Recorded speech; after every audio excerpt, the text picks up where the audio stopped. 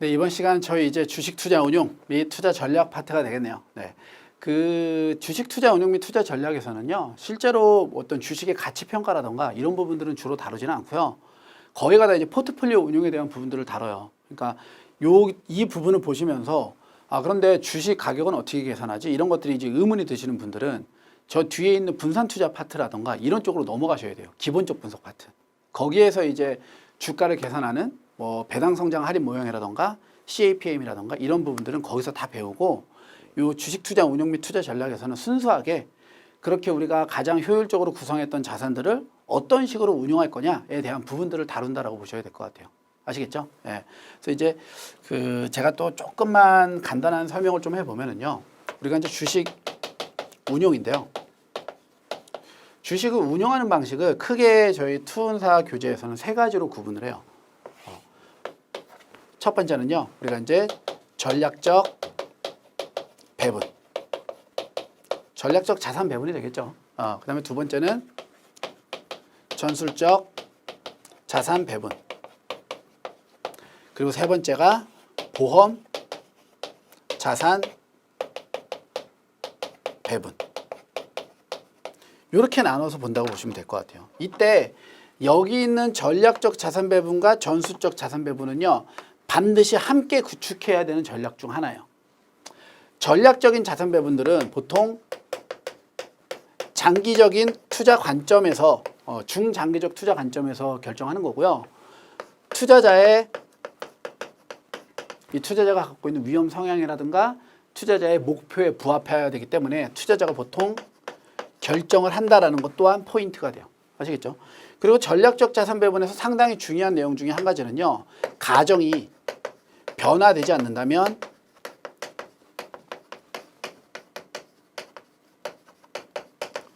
최초에 구축했었던 자산 배분을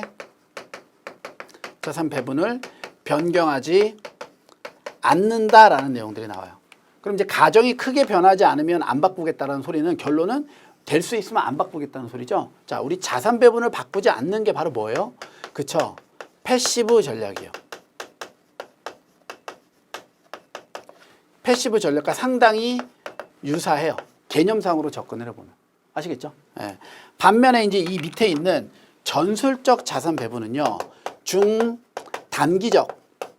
단기를 핵심으로 보세요. 단기적인 전략으로서요,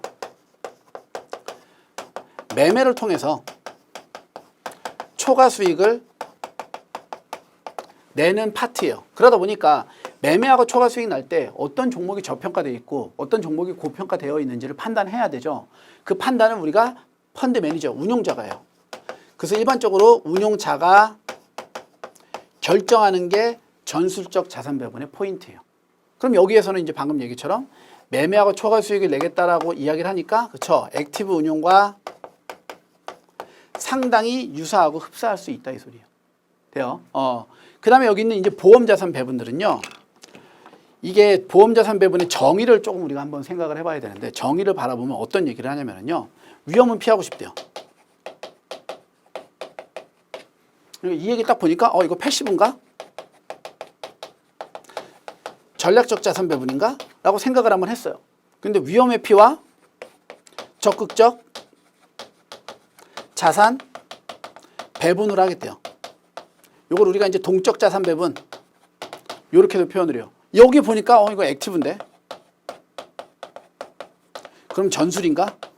이렇게 돼요. 그러니까 보험 자산 배분이라는 건 전략이랑 전술하고는 전혀 다른 전략으로요, 특정한 투자자들 일부예요.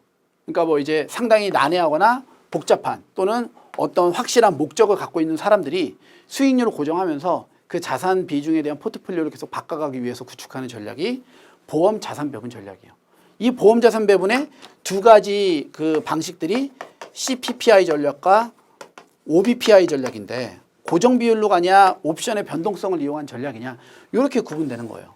아시겠죠? 그래서 이렇게 크게 보면 주식 운용을 이렇게 세 가지로 바라보고, 이제 투자 전략에 대한 부분들은요, 어떤 방향성이냐 변동성이냐 이런 거에 대한 부분들인데, 뭐 액티브한 운용을 할 건지 뭐를 사고 팔 건지 이런 부분들은 후반부에서 이제 제가 한번 정리를 할 거고, 주식 운용에서 가장 핵심으로 봐야 되는 포인트 요 세 가지가 되겠다 잡으시면 될 것 같아요.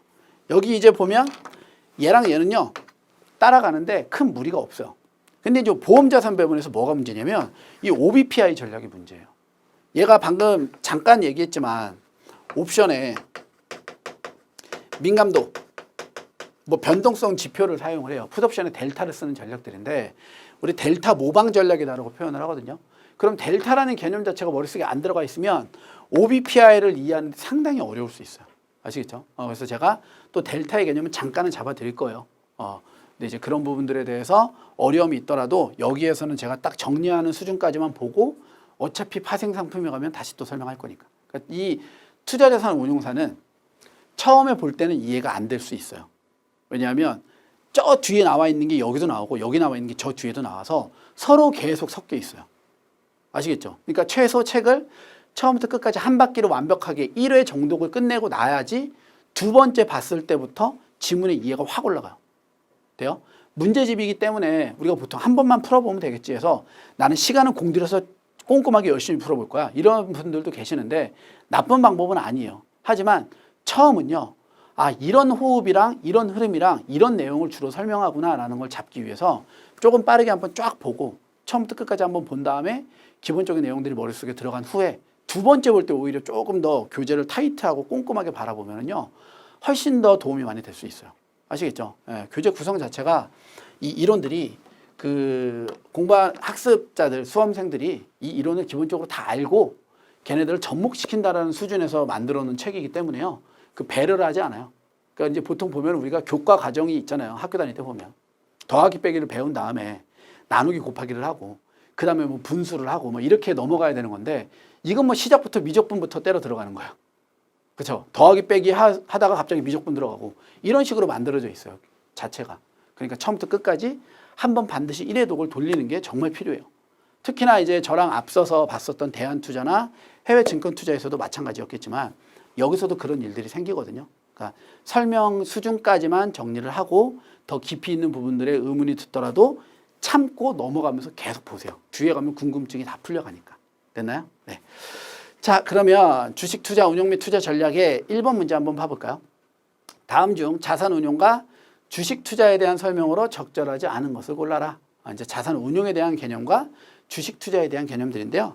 여기에서는 뭐 어떤 내용들이 조금 추가되냐면요.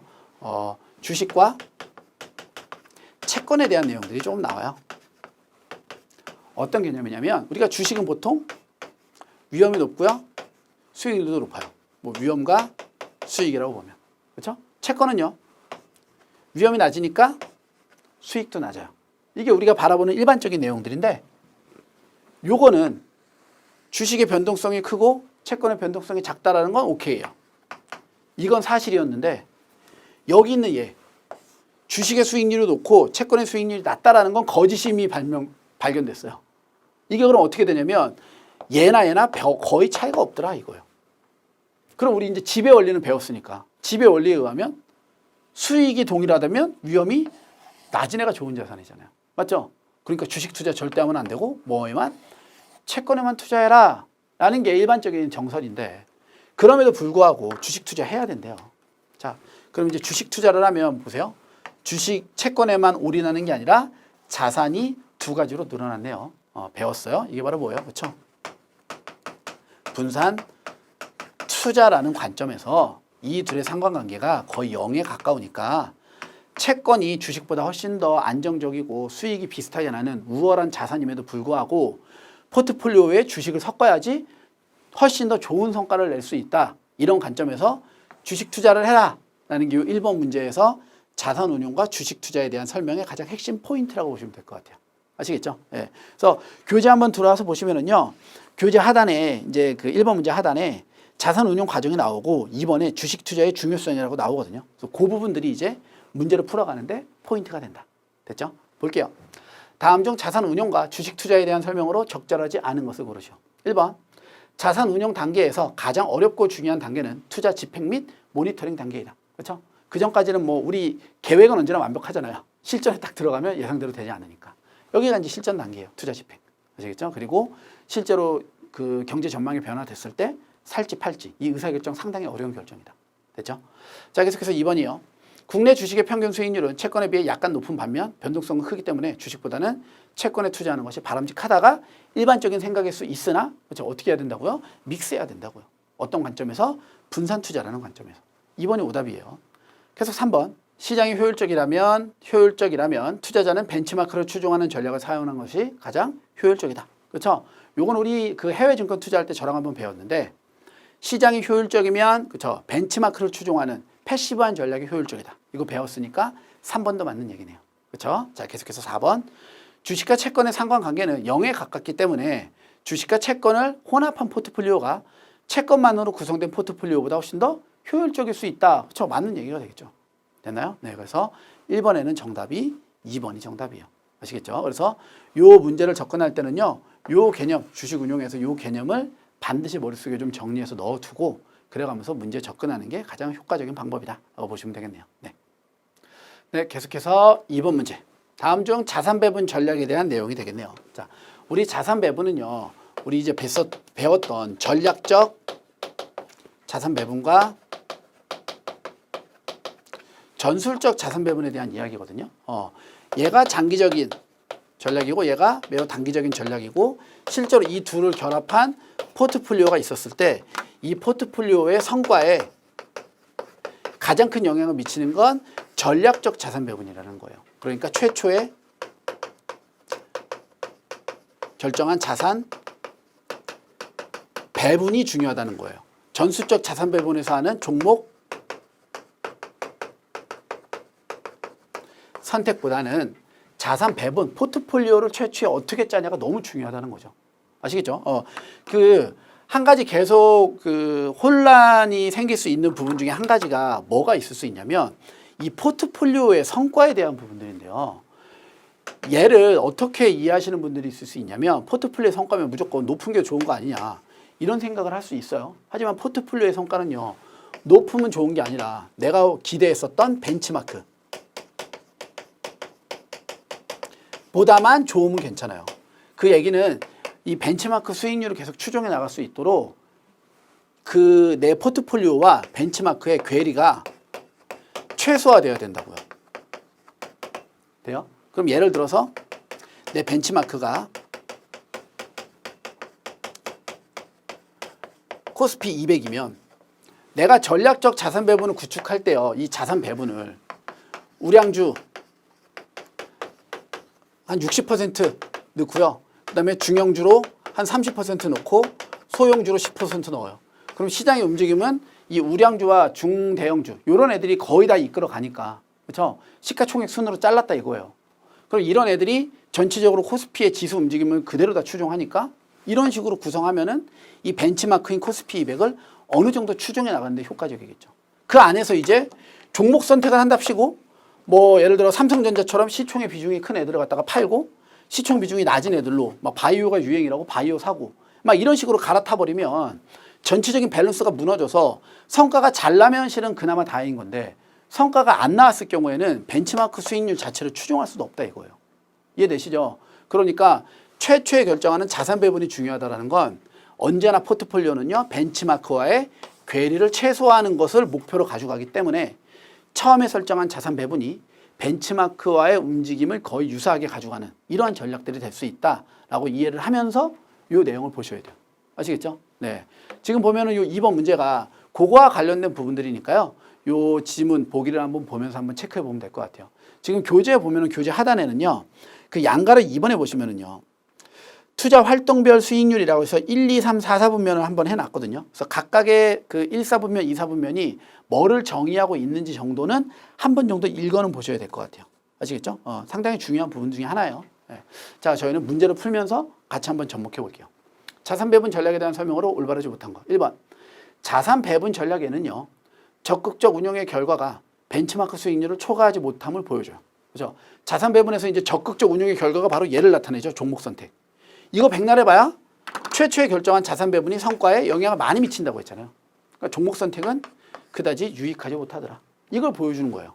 1번 맞는 거고요. 2번 자산 배분 전략에서는 자산 운용자가 지나치게 단기적으로 주가나 금리의 변화를 예측하면서 운용하는 것은 기금의 장기적인 수익률을 악화시킬 가능성이 상당히 높아져요. 종목 선택을 너무 중점적으로 계속 끌어가다 보면 그 기금 전체 수익률을 악화시킬 수도 있다. 됐죠? 3번. 자산 배분 전략은 적극적 자산 배분 활동보다는 종목 선택 활동을 통한 초과 수익률을 추구하는 전략이 효과적이다. 여기서 이제 우리가 또 혼란을 겪으면 안 되는 포인트가 뭐냐면 3번 보기에서 적극적 자산 배분이에요. 이게 자꾸 이 앞에 적극적이 붙으니까 자산 배분은 힘이 약해지고 액티브에만 자꾸 눈이 가는 거예요. 얘는 오히려 얘가 아무 의미가 없는 거고 얘가 핵심이에요. 그러니까 뭘로 바라보냐? 자산 배분으로 바라볼까? 종목 선택으로 바라볼까를 중심으로 가져가야지 적극적이니 소극적이니 전혀 볼 필요 없다고요. 이해돼요? 그러니까 지금 3번에서는 무슨 소리예요? 자산 배분보다 종목 선택이 더 효과적이다 이 얘기하고 있잖아요. 맞죠? 근데 지금 우리는 뭐가 더 효과적이라고 그랬어요? 전략적 자산 배분이 종목 선택하는 전수적 자산 배분보다 포트폴리오 성과에 영향을 많이 미친다고요. 그러니까 자산 배분을 잘하는 게 훨씬 더 효과적일 수 있다. 돼요? 그래서 이번에는 3번이 오답이 되는 거예요. 이 앞에 적극적 이 말에 자꾸 속지 마세요. 아시겠죠? 네, 4번. 자산 배분 전략에서는 자산 운용 전문가들이 시장 예측 능력은 떨어지나 종목 선택 능력은 있음을 보여준다. 요거는 그 투자활동별 수익률에서요. 그 사사분면 그래프에 대한 해석이기 때문에요. 이 내용을 그냥 머릿속에 넣어서 이해하려고 하지 말고 암기를 해두세요. 아시겠죠? 펀드 매니저들이 예측은 못하지만 종목은 잘 고르더라. 이거예요. 그러니까 사놓고 어느 정도 기다리면 성과는 괜찮아지더라. 이 정도 보시면 될 것 같아요. 됐죠? 그래서 이번에 정답은 3번이에요. 올바르지 못한 거 골라낼 때 이러한 자산 배분 전략에 대한 문제가 출제됐을 때 가장 핵심 포인트는 자산 배분이냐 종목 선택이냐 이렇게 바라보는 거예요. 아시겠죠? 네. 그래서 이번에는 3번이 정답이 되겠습니다. 네.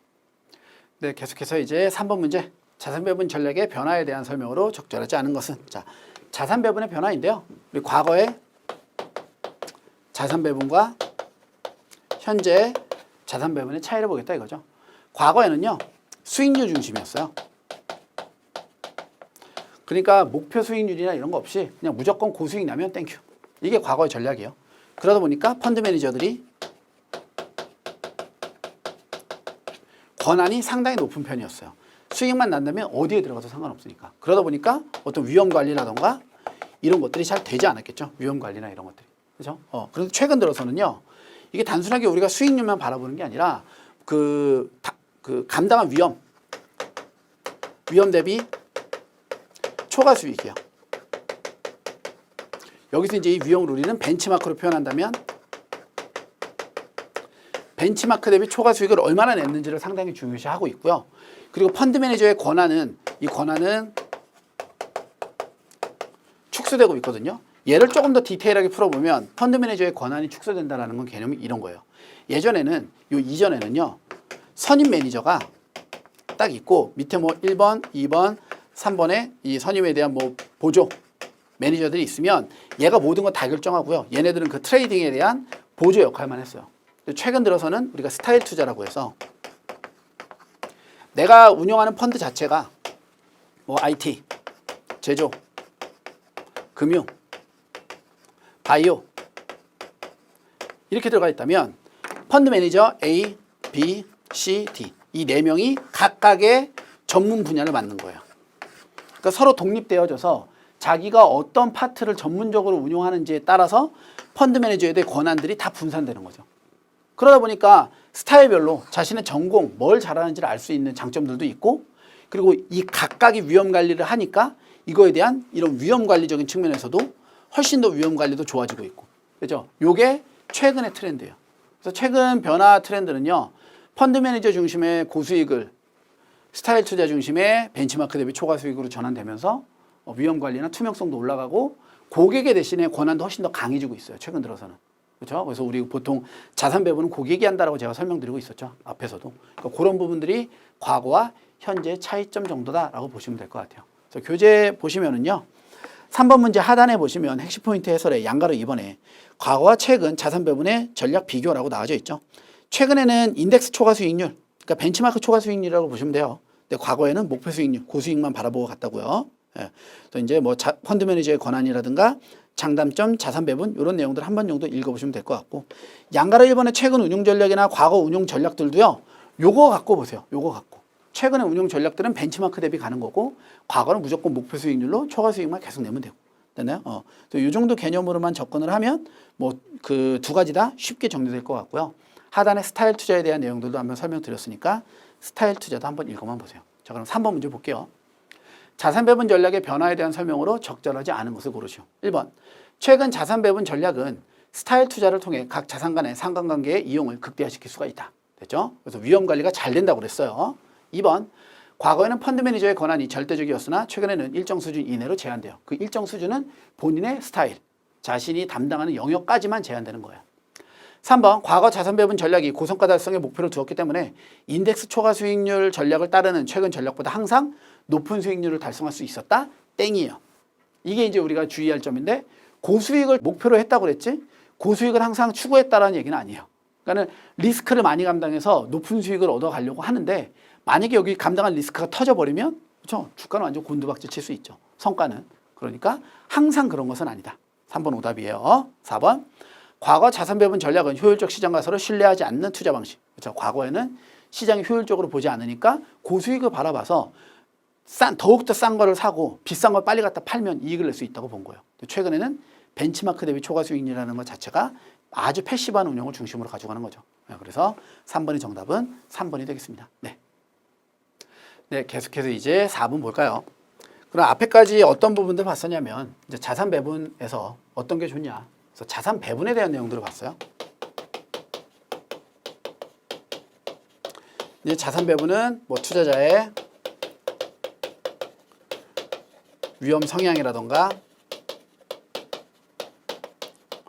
목표와 부합돼야 되는데 그럼 이제 투자자의 위험 성향들이 예를 들어 뭐 위험, 중립 정도 나왔고요. 뭐 목표는 4%, 연 4% 정도 내외 수익률이 나온 거예요.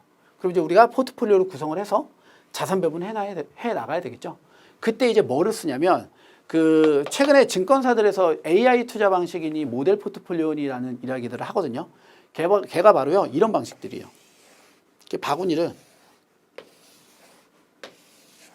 4개를 갖다 놓고요. A, B, C, D예요. A에는 이제 위험과 수익이라고 볼게요. 위험 10%, 수익 15%. 위험 5%, 수익 뭐 8%. 위험 3%, 수익 5%. 위험 1%, 수익 2%. 이렇게 위험과 수익에 대한 자산들을 이런 식으로 바구니에다 넣어 놓고요. 위험 중립이니까 상대적으로 리스크가 낮은 B랑 C에서 주로 빼내요. 그리고 더하면 8%잖아요. 나누기 가중평균하면 4% 딱 떨어지죠. 그러니까 여기서 50% 빼내갖고 B, C에 있는 거 갖다가 묶어갖고 포트폴리오 짜주는 거예요. 예를 들면. 이런 방식들이 이제 모델 포트폴리오라든가 이런 방법들인데요. 이때 우리가 요 하나하나, 요 바구니 하나하나를 뭐라고 부르냐면 자산 집단 또는 자산 군 똑같은 얘기예요. 이렇게 표현을 하거든요. 그러니까 그럼 이런 자산 집단이나 자산군들은 어떠한 특징을 갖고 있어야 되는가에 대한 부분들을 보는 게 이 4번 문제가 돼요. 아시겠죠? 자, 자산 집단은요. 첫 번째로 일단 이 바구니 안에는 수도 없이 많은 자산들이 들어가 있을 거예요. 이 자산들은 전부 다 위험은 10% 근처에서 수익은 15% 근처에서의 동질성을 가지고 있어야 돼요.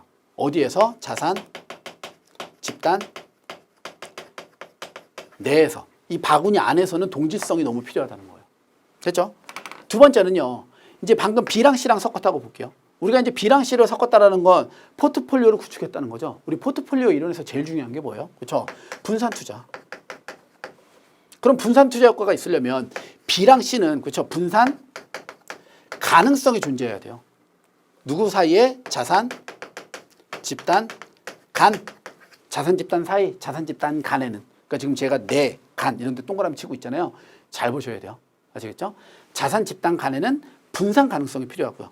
또 만약에 얘네들이 이런 식으로 겹쳐버려서 일시에 들어가는 부분들이 있으면요. 내가 선택한 게 여기에서 만약에 골라냈다면 B랑 C에 대한 분산 투자 가능성이 0으로 바뀌죠. 똑같은 게 되니까. 그래서 반드시 또 뭐도 있어야 돼요?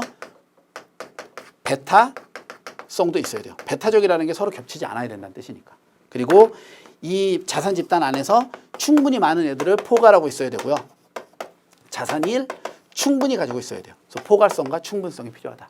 요 5가지가 자산 집단의 특성이 되겠습니다. 그렇죠? 이러한 특성들을 갖고 있는 자산 집단들을 구축을 해서 그 안에서 상품들을 끄집어내서 자산 배분에 대한 포트폴리오를 구축하는 거예요. 아시겠죠? 네. 그렇지 않으면 이런 투자자의 목표라던가 위험 성향에 따른 자산들을 찾아내는 시간들이 너무 많이 소비될 수 있고 펀드 매니저 자체들도 뭐 한두 명 고객과 하다가 보면 다 끝나는 거예요. 그러니까 항상 이런 그 자산 집단들을 만들어 놓는 게 보통이다 정도 보시면 되겠네요. 자, 4번 문제 들어오시면은요. 4번 문제 그 하단에 양가로 1번의 자산 집단 정의 구분해서 밑에 특성 나오져 있죠. 그래서 특성에 대한 부분에서 동질, 베타, 분산 가능성, 포괄성, 충분성 한 번 정도만 체크해서 꼭 좀 기억해 주세요. 아시겠죠? 네. 그럼 4번 문제 한번 볼까요? 자산 배분 전략의 의사결정 대상이 되는 자산 집단에 대한 설명으로 가장 적절한 거 고르는 거예요. 다 잘못되고 하나만 맞았다. 1번.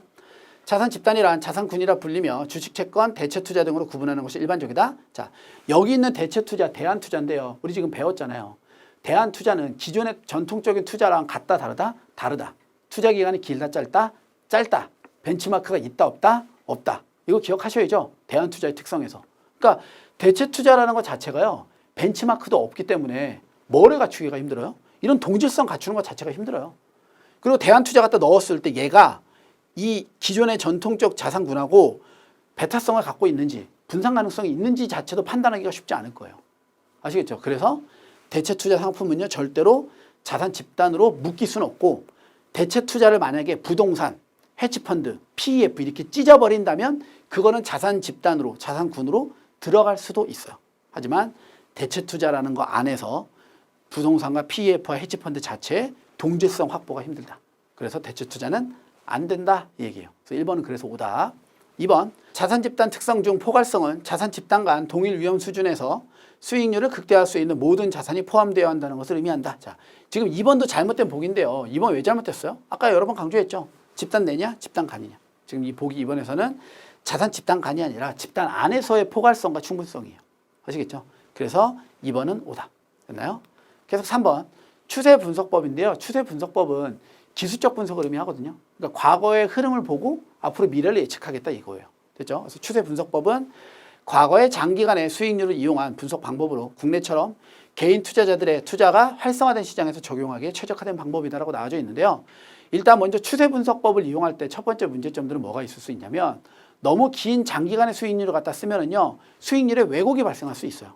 아시겠죠? 그래서 제가 이 부분도 대안 투자하면서 한번 얘기는 했었는데 통계적인 지표들을 얘기하는 회계 분석, 추세 분석 이런 것들이 그 지문상에 출제되면은요 월간 수익률 30개 지표 3년치가 가장 적절하다. 기간에 대한 얘기예요. 그거에다가 플러스 국내는요 이 주식시장이 발달한 지가 HTS는 엄청 발달해서 국내 개인 투자자들이 엄청 투자를 많이 하는 반면에 투자의 역사는 아직 짧기 때문에요 추세를 바라보기에는 충분한 기간들이 확보되지 않는다. 이런 두 가지 관점에서 3번은 오답이에요. 아시겠죠?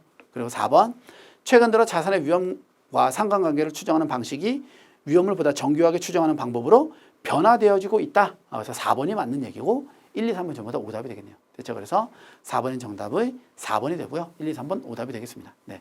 이 내용들도 교재에 들어오셔서요. 그 하단에 있는 자산 집단의 특성에서 동질, 베타, 분산 가능성, 충분성, 뭐 포괄성 이런 것들 한 번 정도 읽어보시면서 정리 한번 하시고요. 하단에 기대 수익률 추정 방식들 뭐 4가지 방법들 나오니까요. 이것도 눈으로만 한번 간단히 보세요. 이건 뒤에 가서 또 한번 자세히 다룰 거니까요. 아시겠죠? 네. 네, 계속해서 5번 다음 중 전략적 자산 배분에 대한 이야기네요. 그럼 이제 제가 시작할 때 한번 설명을 드렸지만 여기서부터 조금 더 디테일한 설명을 드려볼게요. 자, 우리 전략적 자산 배분은요. 보통 중, 장기적 의사 결정으로서 자산 배분을 하는 단계예요. 이때 한 자산 배분은 최초의 자산 배분은요. 가정이 크게 변화하지만 않는다면 변경하지 않는다라는 게 가장 기본이에요. 그러면 왜 전략적 자산 배분에서는 최초의 자산 배분을 만들고 변경하지 않느냐? 시장이 효율적이니까. 우리 앞서 배웠었던 포트폴리오 이론 있죠? 분산 투자에서 배웠던 포트폴리오 이론이 요 전략적 자산 배분에서 이러한 전략을 사용하는 이론적인 근거가 돼요. 시장이 매우 효율적이기 때문에 매매를 하거나 예측을 하는 행위는 오히려 불필요한 행동이 될 수 있고, 그렇죠? 백날 사고 팔아봐야 손해밖에 안 본다고요. 그러니까 인덱스를 구성해서 이 시장의 움직임과 이 자산 배분의 인덱스를 일치시켜서 우리의 그 펀드라던가 포트폴리오의 수익률이 얘를 계속 추종하게 만들자라는 게 전략적 자산 배분에서 가장 중요하게 바라보는 관점들이에요. 아시겠죠? 그래서 이제 전략적 자산 배분 바라볼 때는 이런 내용들을 보고요. 시장을 효율적으로 본다. 여기서 이제 다 파생되는 거예요. 매매하지 않는다, 예측하지 않는다 이런 것들. 그리고 포트폴리오 이론에 나오는 효율적 투자 기회선이라든가 지배 원리 이런 것도 같이 좀 잡으셔야 돼요. 혹시 이제 헷갈릴 수 있으니까 또 한번 잠깐 설명하면 위험과 수익이라는 관점에서 이렇게 수도 없이 많은 자산들이 있으면 이 중에 가장 효과적인 애들을 연결하면 생기는 효율적 투자 기회선이라고 했어요. 이때 이제 요 자산들을 요 선을 만들어내는 게 우리 지배 원리라고 했었죠. 지배 원리는 수익이 동일하면 위험은 낮은 게, 위험이 동일하면 수익은 높은 게 좋다라는 기본적인 지배 원리에 의해서 만들어진 효율적 투자 기회선. 됐죠? 여기에다가 투자자의 무차별 곡선이 이렇게 만나버리면 이 점이 최적 포트폴리오가 되는 거예요. 이때 이 투자자의 무차별 곡선이 바로 투자자의 위험 감수 정도예요. 그래서 이제 뭐 위험을 적극적으로 피하는 애냐, 많이 받아들이는 애냐 이렇게 돼서 위험을 매우 싫어하는 사람들의 이 무차별 곡선의 기울기는 가파르고 위험을 선호하는 사람들의 무차별 곡선의 기울기는 완만하다. 이런 내용까지 정리되는 게 효율적 투자 기회선과 관련되어진 기본 이론들이죠.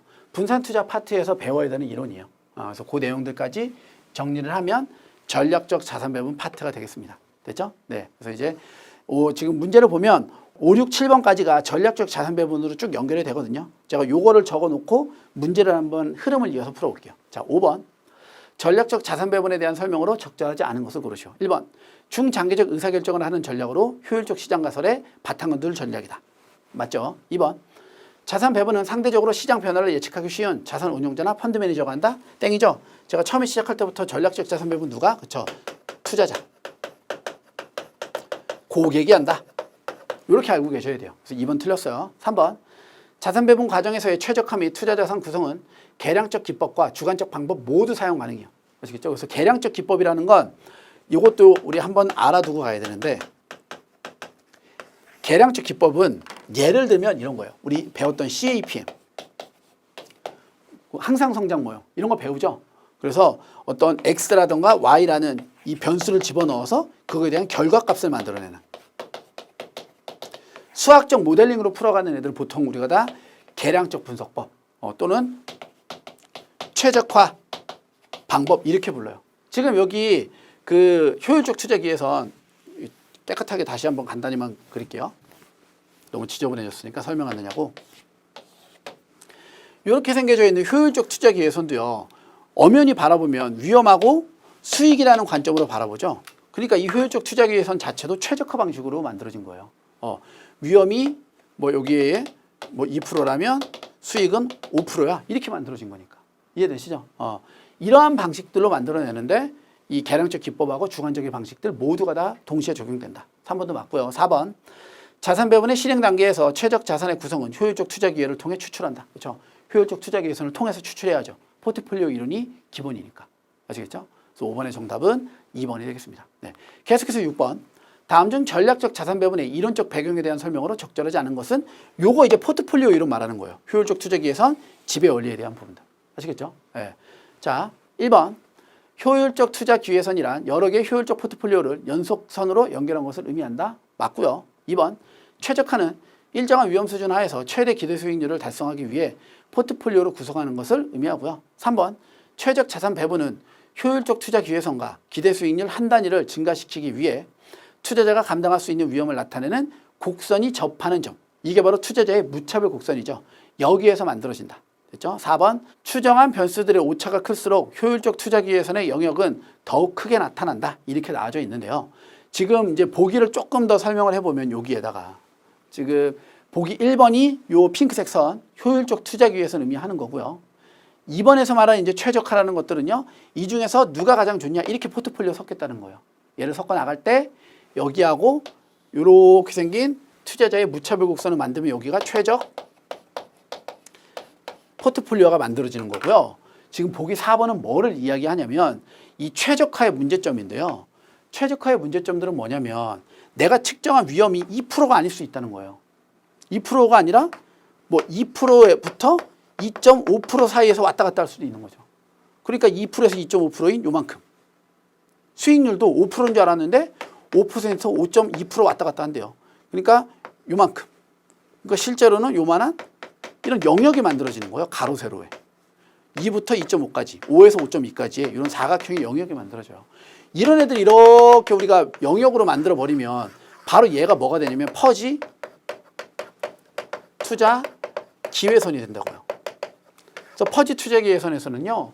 오류가 커지면 커질수록 영역이 넓어져요. 근데 지금 보기 4번에서는 퍼지 투자 기회선을 이야기하지 않고 효율적 투자 기회선을 이야기하죠. 효율적 투자 기회선 자체는요. 영역이 될 수가 없어요.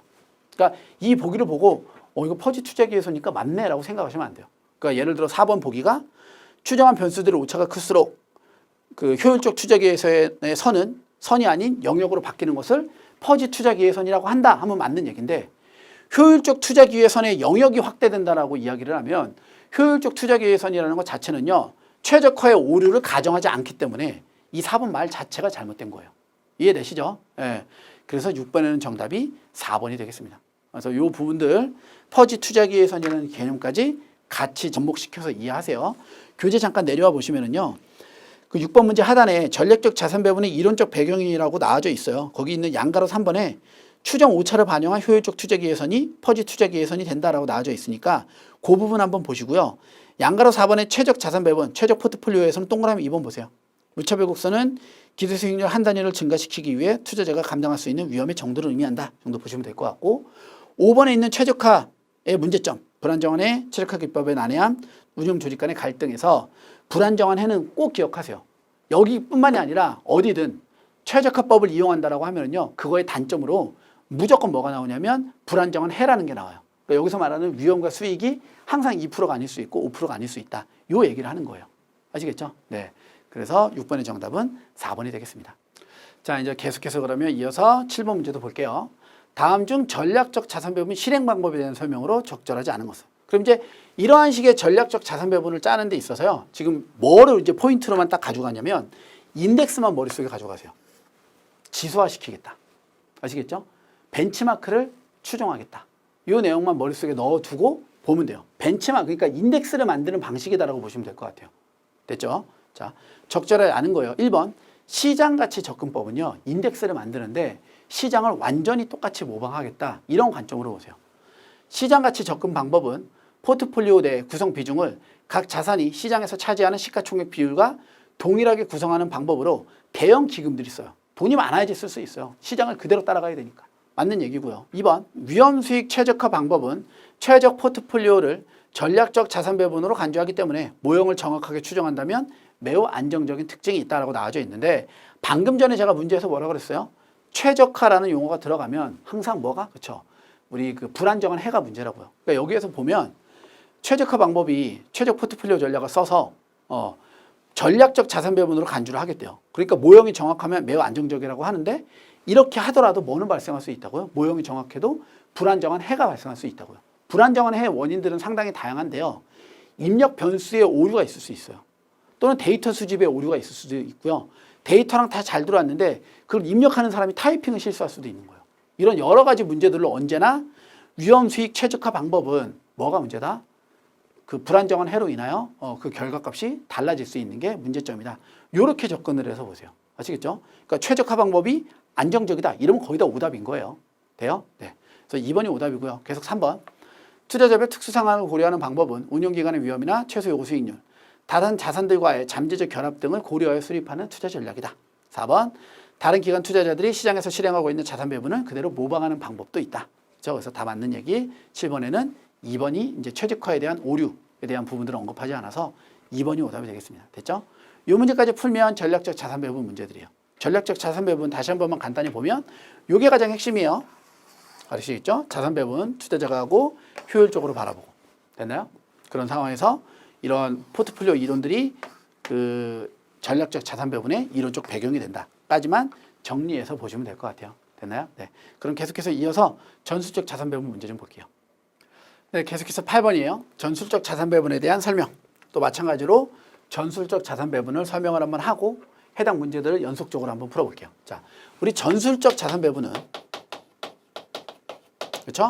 종목 선택과 시장, 뭐 타이밍, 테마 선택 등 이러한 것들을요 매우 단기적으로 또는 적극적으로 운용하는 방식이 전술적 자산 배분이에요. 그럼 전술적 자산 배분에서 단기적으로 적극적으로 운용하겠다라는 거 매매하겠다는 뜻이죠. 사고 팔겠다는 뜻이에요. 왜? 그렇죠. 시장이 비효율적이니까 우리는 지속적인 매매를 통해서 시장의 초과 수익을 얻으려고 노력하겠다라는 게 전술적 자산 배분에서의 이러한 내용들이에요. 얘네들 갖다가 매매하는 내용들. 그렇죠? 그러면은 어떤 식으로 우리가 계속적인 초과 수익을 내냐면 초과 수익에 대한 방법들을요 이렇게 표현을 해요. 저평가 자산을 매수하고요. 고평가 자산을 매도한대요. 우리 실은 지금까지 저평가 매수, 고평가 매도하면 초과 수익 난다니까 그런가 보다 하고 알고 있었지 왜 그러는지에 대해서 생각을 해본 적이 없어요. 맞죠? 이제 그거에 대한 이론적 배경들을 역투자 전략과 뭐 가치 투자 전략에서 설명을 하는데요. 그 설명의 내용들은 실은 두 가지예요. 이론적 그 포인트는. 첫 번째는 과잉 반응이라는 게 있고요. 두 번째는 평균 반전이라는 게 있어요. 정의를 간단히 보자면요. 과잉 반응이라는 건 시장의 충격에 크게 반응하는 거예요. 훨씬 더. 상승이든 하락이든 상관없이. 평균 반전은요. 시간이 지나면 평균으로 회귀한다라는 게 평균 반전이에요. 그럼 이제 그래프나 이런 것들을 간단히 보면 이렇게 돼요. 주가의 움직임이 이렇게 오다가 특정 시점에 충격이 들어와요. 그럼 원래 얘가 이제 움직여야 되는 수준은 원래 여기 수준인데 이 수준을 넘어서서 이렇게 급등해 버리는 거예요. 그렇죠? 그럼 이제 여기서 충격이 들어왔는데 원래 움직여야 되는 수준보다도 더 높게 갔으니까 바로 이 포인트가 여기 있는 과잉 반응이 되는 거예요. 그렇죠? 그랬다가 다시 이제 얘가 계속 주가가 올라가다가 보면 투자자들이 느끼죠. 너무 올라간 것 같은데? 그럼 이제 갖다 팔아요. 그러다 보면 다시 원래 회귀 수준까지 이렇게 떨어져서 다시 원래 밴드 범위 안에서 이렇게 움직이는 거예요. 됐죠? 그러니까 이렇게 보면 여기 고점 비쌀 때잖아요. 고평가할 때 뭐 하는 거예요? 갖다 팔고 싸지면 사는 거예요. 이제 저평가는 반대로 볼까요? 이번에 떨어질 때 또 여기에서 충격이 들어와요. 그럼 원래 요만큼만 떨어지고 반등해야 되는데 쭉 떨어지는 거예요. 그럼 싸게 사는 거죠. 그럼 다시 또 얘가 평균을 회귀해야 되니까 다시 또 치고 올라갈 거라고요. 그러니까 여기서부터 여기까지 그리고 여기서부터 여기까지 요게 이제 고평가 매도, 저평가 매수를 통해서 우리가 초과 수익을 누리는 거죠. 이러한 현상들이 나타나는 이유는 과잉 반응 또는 평균 반전 현상 때문이다 정도로 보시면 될 것 같아요. 그렇죠? 그래서 초과 수익에 대한 부분들 내는 게 이런 두 가지 이론적인 배경들을 갖고 있다는 게 전술적 자산 배분이에요. 이런 현상들이 나타나는 것들을 우리는 시장이 비효율적이어서 어떤 가격에 괴리가 발생한다라고 바라봐요. 그러니까 항상 우리는 초과 수익을 누릴 수 있으니까 똘똘한 종목을 골라내고 시장 타이밍과 좋은 테마를 골라낸다면 초과 수익을 얻을 수 있을 거야 라고 판단하는 거죠. 보통 누가 판단한다고요? 그렇죠. 얘는 운용자가 판단하는 게 보통이에요. 전략적 자산 배분은 고객 투자자가 한다고 했었고요. 되죠? 네. 요 내용을 바탕으로 이제 또 전술적 자산 배분 파트 문제를 조금만 풀어볼게요. 자, 8번 문제요. 다음 중 전술적 자산 배분에 대한 설명으로 적절하지 않은 것은 1번 시장의 비효율성을 이론적 배경으로 내재가치 대비 저평가 매수, 고평가 매도를 통해 시장 수익률을 추구하는 전략이다. 땡이네요. 왜 틀렸어요? 다 맞았는데. 시장 수익률 벤치마크 인덱스 가는 거잖아요. 시장 수익률이 아니라 초과 수익률을 추구하죠. 1번이 바로 오답이에요. 2번 과잉 반응과 평균 반전 현상에 따르면 중단기적 시장 가격의 가격 착오는 장기적인 관점에서 보면 내재 가치로 수렴하기 때문에 역투자 전략을 사용한다면 항상 초과 수익을 달성할 수 있다고 보는 거예요. 3번 시장과 역으로 투자하는 것은 결국 위로 볼록한 수익률 곡선을 가지게 된다. 이것도 알아두세요. 4번 집단적 사고방식을 따르는 자산 운용자들은 역투자 전략을 구사하기 어렵다. 이거 4번이죠. 뭐냐면 우리 집단지성이라고 하는데 모든 사람들이 전부 다 매도를 외쳐요. 근데 혼자 나는 역투자니까 매수를 하겠어. 이게 어렵다는 거예요. 왜 그러냐. 모두 다 갖다 팔았는데 혼자 사서 성과가 잘 나왔어요. 그럼 칭찬받는 거예요. 근데 반대로 다 갖다 팔았는데 혼자 샀다가 손해 나면은요 2배로 혼나는 거예요. 이해되시죠? 집단지성이라는 게 그런 거예요. 남들하고 다 똑같이 가면은요 나만 떨어지는 게 아니라 다 같이 떨어지는 거니까 언제든지 같이 움직여서 나만 손해보는 거 아니잖아요. 하지만 반대로 움직였다가 나 혼자만 큰일 날 수 있는 이런 리스크들 때문에 아무리 펀드 매니저들, 자산 운용자들이라 하더라도 집단지성으로 인해서 역투자 전략 구사가 잘 안 된다 이 소리예요. 돼요? 네. 그래서 8번의 정답은요. 1번이 정답이고요. 내용은 지금 설명드렸던 것 같고 접목시켜 보시면 될 것 같아요. 됐죠? 네. 교재 잠깐 보시면은요. 교재 하단에 전술적 자산 배분 나와져 있고 정의 운용 과정 그리고 운용상 권한과 책임에서 그 파란색으로 박스 쳐놨죠. 요 내용들이 중요한 부분들이니까 체크해서 보시고요. 하단에 이론적 배경들, 역투자 전략, 과잉 반응과 평균 반전, 리스크 허용도에 대한 부분들까지도 같이 한번은 읽어보세요. 돼요? 네. 그 다음에 저희는 이어서 9번 문제 한번 풀어볼게요. 전술적 자산 배분의 실행 도구와 특성에 대한 설명으로 적절하지 않은 것을 고르시오. 자, 이제 이 부분들은 이 전술적 자산 배분에서 단기적으로 시장 비중을 변경해 나가는 그런 과정에 사용하는 어떤 전략적 도구들인데요. 교재 먼저 간단히 조금만 봐보면은요. 핵심 포인트에서 하단을 봐보세요. 전술적 자산 배분의 실행 도구에서 먼저 가치평가 모형이라는 게 있어요. 가치평가 모형은 뭐냐면 그 자산의 기대 수익률을 계산하는 거예요. 그럼 우리 이제 자산의 기대 수익률 계산하고 얘하고 무슨 상관이야? 이런 생각을 할 수가 있죠. 그게 왜 상관이 있냐면 이것 때문에 그래요. 아까 이 평균 반전이라든가 과잉 반응. 평균 반전이나 과잉 반응은요. 원래 움직여야 되는 수준을 벗어났다는 소리잖아요. 그러니까 뭘 통해서? 주식의 주가, 가격 결정 모형을 통해서 얘가 현재 이론상으로 만들어져야 되는 가격이 10,000원. 계산이 돼야지. 충격으로 얘가 19,000원 이렇게 올라가면 9,000원 고평가야. 이거 알 수가 있죠. 이해되시죠? 그러니까 지금 여기에 나와 있는 가치평가 모형에 있는 부분들은요. 기본적인 가격 결정 모형들이 거의 다 들어가 있어요. 그래서 가치평가 모형을 보면 기본적 분석법에서 쓰는 이익, 배당, 현금, 흐름, 할인 모형, 요인 모형 방식에서 CAPM, APT, 다별량 회귀 분석 전부 다 우리가 지금까지 배웠던 자산의 가격을 계산하는 모형들이죠. 이런 것들을 전부 다 전술적 자산 배분에서 쓰는 거예요. 얘를 갖다가 내재 가치를 계산하고 그래야지 그거보다 저평가됐는지 고평가됐는지 판단하니까. 아시겠죠? 네, 그 다음에 두 번째 전술적 자산 배분과 기술적 분석이라고 나와져 있는데요. 포뮬라 플랜이라는 것만 알아두세요. 포뮬라 플랜. 역투자 전략을 사용하는 전략이고요. 포뮬라 플랜은 반드시 알아둬야 되는 게 전술적 자산 배분이라는 거 꼭 기억하세요. 그래서 두 번째 때 보시면 주가 상승 시 주식을 팔고요. 채권을 사요. 주가 하락 시 채권을 팔고 주식을 사요. 이러한 전략들이 역투자 전략인 포뮬라 플랜이다. 요거 알아두시면 될 것 같아요. 그리고 밑에 있는 전술적 자산 배분의 특성들은 뭐 읽어만 봐도 충분히 이해할 수 있는 부분들이고. 됐죠? 문제를 한번 볼게요. 9번. 다음 중 전술적 자산 배분의 실행 도구와 특성에 대한 설명으로 적절하지 않은 것은 1번. 전술적 자산 배분은 가치평가 모형을 이용하여 초과 수익을 추구한다. 그렇죠? 가치평가 모형이 나와야지 저평가 매수, 고평가 매도를 할 수 있다고 했어요. 1번 맞고요. 2번. 포뮬러 플랜에 의하면 주가 상승 시 주식 매수, 채권 매도, 주가 하락 시 주식 매도와 채권 매수를 통해 초과 수익을 추구한다. 땡.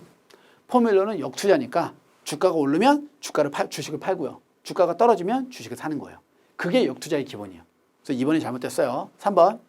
현실적으로 자산 운용자는 시장 상승기에는 높은 위험 허용도로. 그러니까는 시장이 올라갈 때는 위험 허용도를 높이겠다라는 거는요. 리스크를 키워서 레버리지로 더 많은 이익을 취하겠다는 거예요. 아시겠죠? 반면에 시장이 하락하면 낮은 위험 허용도로 리스크를 줄여갖고 손실률을 감소시켜야죠. 이렇게 가는 게 일반적이에요. 됐죠? 4번. 전술적 자산 배분의 실행 도구로는 현금 흐름 할인 모형, CAPM, 다별량 회계 분석 등의 방법 등이 있다.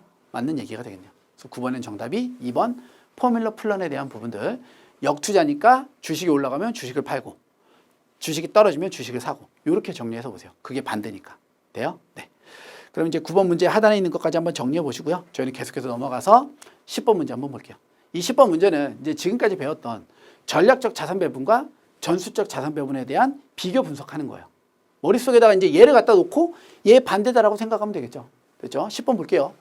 전술적 자산 배분과 전략적 자산 배분에 대한 설명으로 적절한 것을 고르시오. 1번. 전략적 자산 배분은 시장이 효율적이라고 가정하지 않지만 그럼 전략적 자산 배분은 시장을 비효율적이라고 본다는 소리네요. 전술적 자산 배분은 시장을 효율적이라고 보고 틀렸죠. 보니까 이제 이 둘에 대한 설명으로 적절한 거 고르는 거예요. 그래서 1번은 틀렸고 반대가 또 바뀌었죠. 2번.